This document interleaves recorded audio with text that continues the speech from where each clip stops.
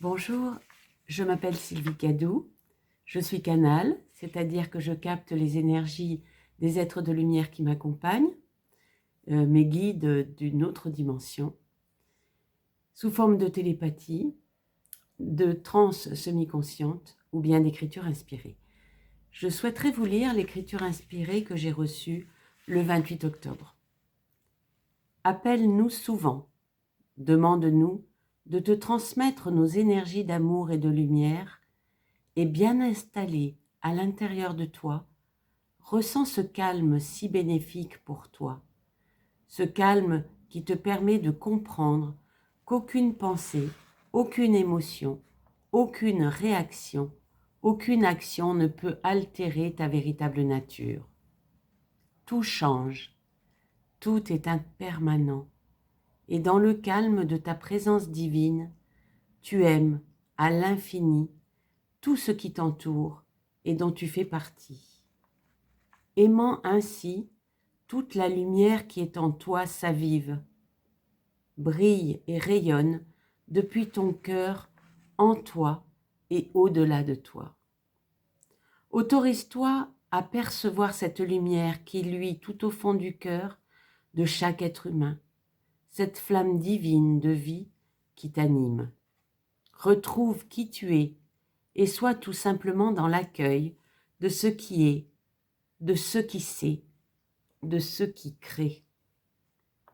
Sois ton propre sauveur en choisissant de permettre à ta lumière de se diffuser en toi, éclairant ainsi toutes tes zones d'ombre afin que tu puisses les reconnaître, les accueillir sans aucun jugement et les laisser se dissoudre et se transmuter en énergie d'amour et de joie. Nourris ta paix intérieure, l'amour, la compassion, la lumière qui sont en toi et brille avec l'intensité juste pour toi. Tu rejoins ainsi la lumière d'autres dimensions et contribues à éclairer les zones d'ombre extérieures. C'est une œuvre collective de grande ampleur, réunissant les lumières humaines, terrestres, aux lumières galactiques. Chaque lumière terrestre qui s'illumine réveille dans son sillon une multitude de flammes divines qui à leur tour illuminent le monde et d'autres êtres. Nous vous retrouvons avec bonheur. Alors prenez conscience que nous pouvons vous aider et vous adresser les énergies d'amour et de lumière juste pour vous. Nous vous accompagnons dans l'alignement de vos âmes, l'amour de l'univers et l'unité divine. Vos guides de lumière. La première chose qu'on peut noter par rapport à cette canalisation, c'est que les guides nous précisent bien que si nous souhaitons de l'aide de leur part, nous devons leur demander. Nous avons un libre arbitre qui nous permet de leur demander ou non. Et eux n'interviendront pas si on ne leur demande pas. Ils vont respecter nos choix. À partir du moment où on souhaite être aidé, où on leur exprime vraiment de tout cœur que nous souhaitons progresser dans notre éveil, alors ils œuvrent pour nous aider, pour nous permettre de comprendre certaines choses, pour nous permettre d'avancer, de faire toujours pas à pas une progression et finalement d'intégrer certaines notions qui nous permettent d'aller de l'avant, notamment de suivre les élans de notre cœur, notamment de ne pas se sentir sauveur des autres. Ça, c'est difficile. Je trouve qu'en ce moment, il y a des personnes qui sont autour de nous et qui sont en souffrance dans des souffrances telles que c'est vraiment compliqué. De notre côté, nous avons certaines choses qui nous aident à progresser, à nous maintenir dans la paix, à nous maintenir dans la joie. Et si ces personnes ne souhaitent pas notre aide, eh bien, nous ne pouvons rien leur dire de particulier. Et je trouve que c'est compliqué de les voir sombrer alors qu'on a des clés qu'on pourrait leur donner. Nous aussi, en tant qu'humains, en ayant progressé, en ayant des vibrations plus hautes, on se rend compte qu'on est moins impacté par tout ce qui se passe autour de nous. On a moins de maladies aussi, moins de souffrances, parce qu'on les a nettoyées, on les a guéries. Et peu à peu, en montant en vibration, on se détache de tellement de choses de cette matrice que, au bout d'un certain temps, on est beaucoup moins dans la difficulté parce que on sait comment agir. On sait ce qu'on doit faire. Lorsqu'on voit arriver une peur de quelque chose, eh bien, on sait qu'elle n'est pas forcément nôtre. On la laisse venir, on l'accueille. On se dit, tiens, là, tu as peur de ça. Ok, je constate, j'ai peur de cette chose-là. Je l'accepte. Mais je ne souhaite pas la faire durer. Je ne souhaite pas l'alimenter, je ne souhaite pas la nourrir, cette peur. Donc, je vais appeler mes guides. Je vais leur demander de m'aider. Je vais me réfugier dans l'espace de mon cœur. Et dans cet espace de calme, de sérénité, de paix, d'amour, je vais leur demander de prendre cette peur qui n'est pas la mienne et de l'emporter. Et puis je vais demander aussi à mon ego d'être plus observateur et de laisser mon âme décider bien souvent. Voilà, parce que lui, ce qu'il fait, c'est qu'il se sert de toutes les expériences qu'on a eues. Et si on a déjà eu peur et si on a déjà eu une expérience difficile et qu'on a déjà eu peur, eh bien, il nous remet cette peur là sur un plateau et c'est à nous de nous défendre de ça. C'est à nous de décider si on veut alimenter cette peur, avoir de plus en plus peur, se renseigner, vraiment rester là-dedans, ou bien si on souhaite se délivrer de cette peur, se libérer de cette peur et la laisser partir en conscience, tout en sachant pourquoi elle est arrivée, parce qu'elle correspond à des choses déjà vécues. Et pire encore, quelquefois, nous avons peur pour l'avenir. C'est-à-dire que nous n'avons aucune raison dans le présent d'avoir peur, mais on se projette dans l'avenir. C'est notre ego, ça, qui nous projette dans le passé ou dans l'avenir. Et là, quand il nous projette dans l'avenir, eh bien, quelquefois, on a peur de certaines choses, alors que dans le présent, il ne se passe rien. Donc, profitons du présent, profitons du calme, profitons de la paix présente. Voilà. Et sachant dire non à notre ego lorsqu'il veut nous balader dans des sphères qui n'existent pas. Tout change, tout est impermanent. Effectivement, souvent on n'aime pas trop le changement. On a envie que les choses restent telles qu'elles sont. Même si elles sont parfois inconfortables, mais on a tellement peur du futur, on a tellement peur de se retrouver démunis, de se retrouver dans la difficulté, de se trouver dans une situation qu'on ne connaît pas. Et alors, laissons-nous surprendre. Laissons-nous accueillir de nouvelles situations qui seront peut-être bien meilleures, surtout si on nourrit le positif tout le temps, forcément on attire des situations beaucoup plus positives. Donc, n'ayons pas peur de nous lancer, n'ayons pas peur d'accéder à la nouveauté, de découvrir, d'être surpris. Ça peut être un bonheur d'être surpris. Autorise-toi à percevoir cette lumière qui luit tout au fond de ton cœur, tout au fond du cœur de chaque être humain. Cette flamme divine qui t'anime. Alors effectivement, nous avons tous une flamme divine qui nous anime, qui est la vie. Sans elle, notre corps n'est plus rien. Elle est importante, cette flamme divine. Alors soyons conscients qu'elle est là, au présent, qu'elle nous anime, qu'elle nous motive. Et laissons-la décider, puisque c'est elle seule qui continue à vivre après notre décès. Sois ton propre sauveur.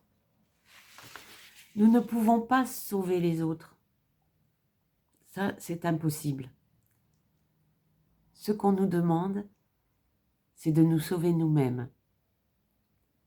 C'est de comprendre que nous ne sommes responsables que de nous-mêmes. Nous ne pouvons pas sauver les autres,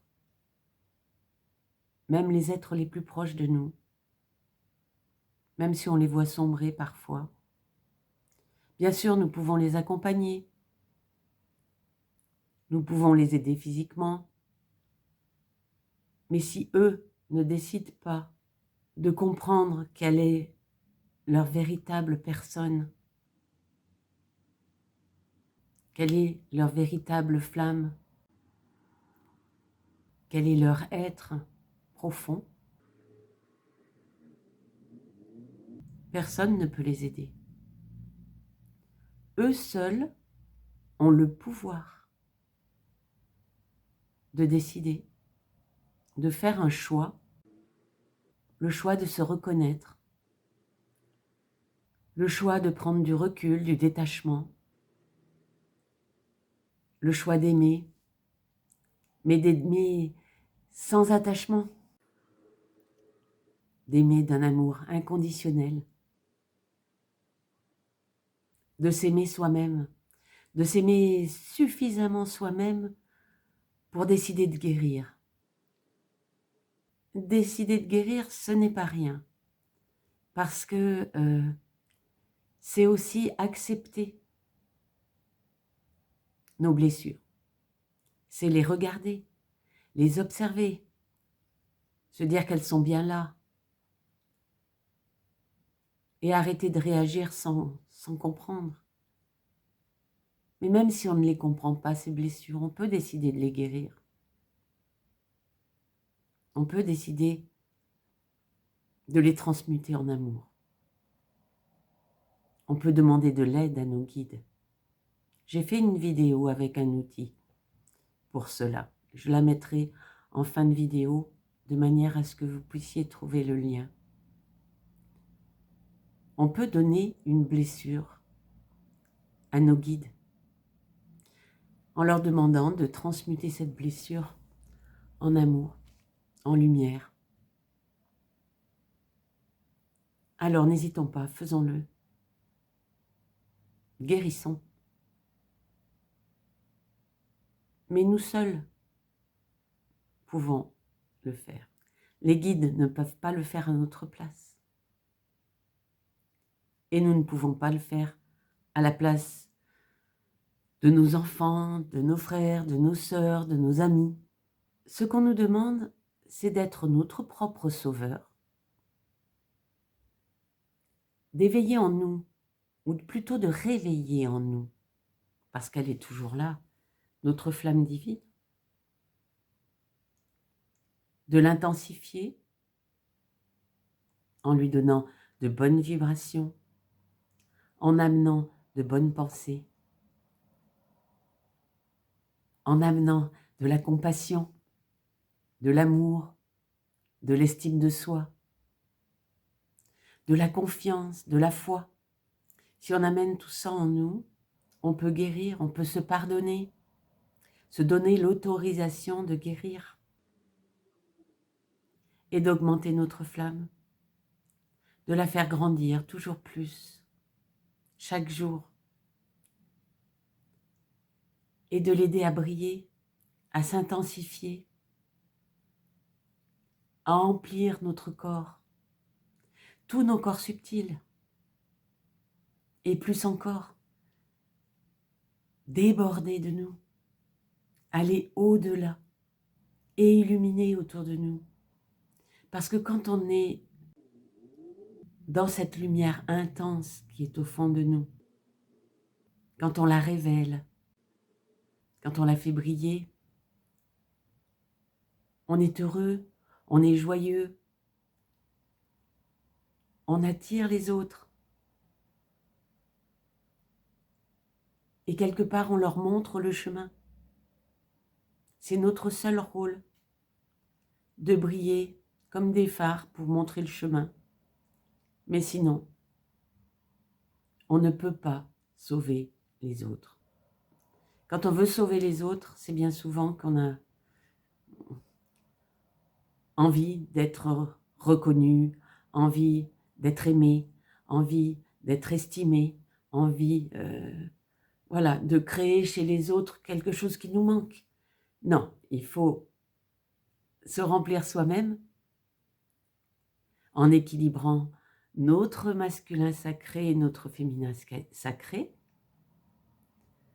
en trouvant cet équilibre féminin et masculin, et en faisant briller notre lumière de manière à pouvoir donner de l'amour inconditionnel, et de le recevoir aussi bien sûr, mais sans condition,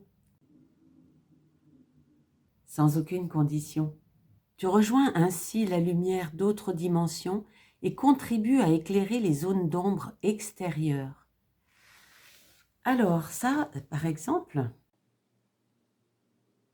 ce que ça réveille en moi, c'est que si nous souhaitons que l'extérieur, que tout ce qui est autour de nous se modifie et change, il faut tout d'abord se soigner nous-mêmes intérieurement. Il faut être bien intérieurement.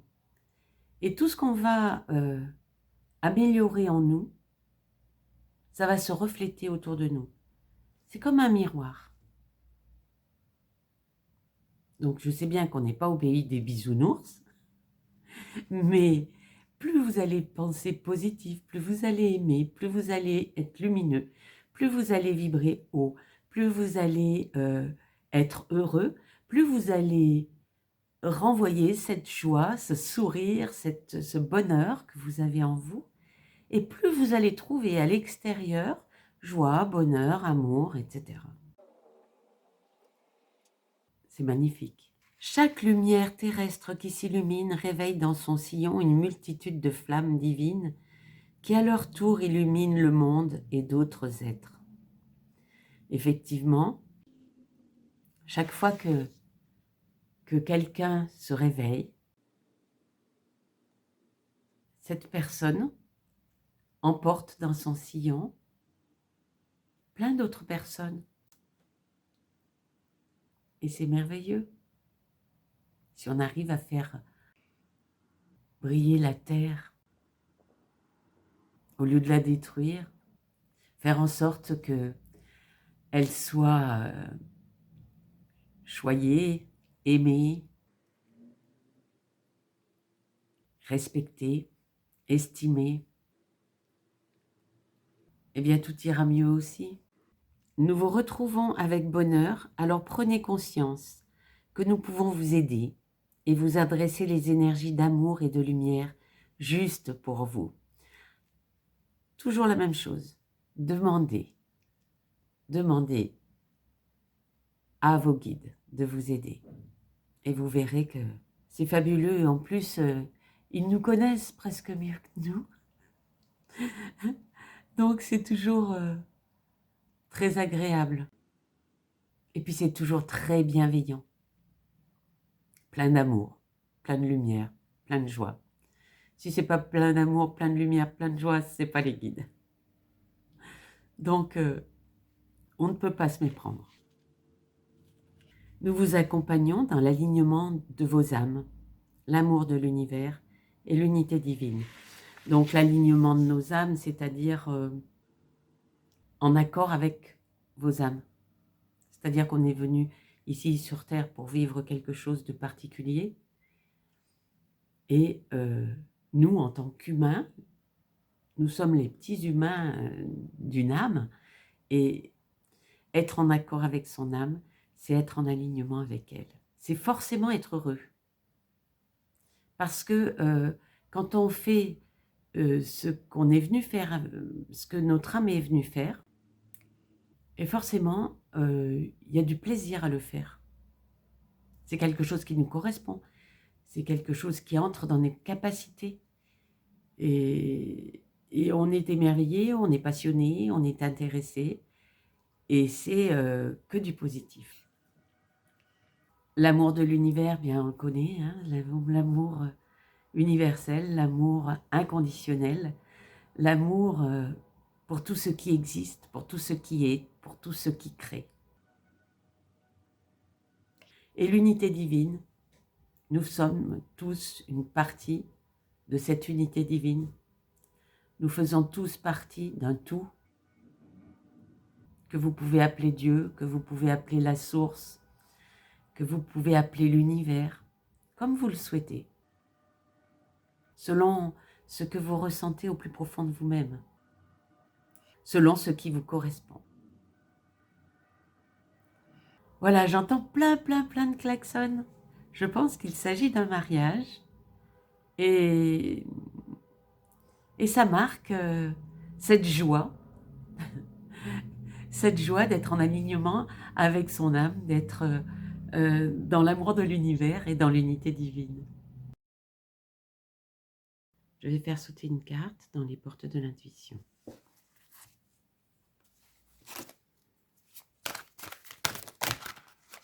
Voilà. Les mains ouvertes.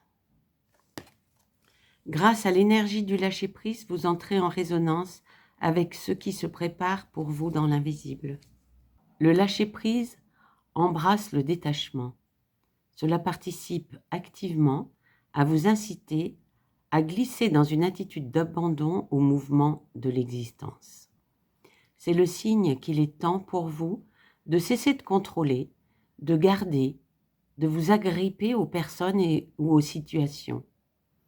C'est la fin d'une forme de résistance. En vous décrispant, vous entrez dans le lâcher-prise et libérez l'espace nécessaire à une vacuité pleine de promesses. Cet état d'être est propice à attirer le meilleur vers vous. Il est le garant d'une réussite qui peut même dépasser vos prévisions. Acceptez de changer votre manière habituelle de fonctionner et soyez confiant et conscient de votre impact sur votre destinée. Pour développer votre intuition, pratiquez des exercices de respiration consciente pour décrisper votre corps et votre esprit. De cette manière, vous soulagerez toutes sortes de tensions qui empêchent le fonctionnement naturel de votre intuition. Cette libre circulation créera en vous un état propice de disponibilité pour accueillir une information intuitive. Action: changez radicalement d'état d'esprit et attendez-vous au meilleur. Pour vous y aider, faites une liste de ce à quoi vous êtes prêt à renoncer. Dans les jours qui viennent, agissez en accord avec cela. Afin d'échanger un petit peu avec vous, j'aimerais vous poser une question. Je suis persuadée que vous avez déjà eu une expérience avec votre propre lumière? Est-ce que vous pouvez nous la mettre en commentaire sous cette vidéo? Si ce n'est pas le cas et que vous avez des questions, n'hésitez pas à me les poser, j'essaierai d'y répondre. Si vous avez aimé cette vidéo, n'hésitez pas à mettre un pouce bleu. Je vous porte dans mon cœur, je vous aime et je vous dis à bientôt.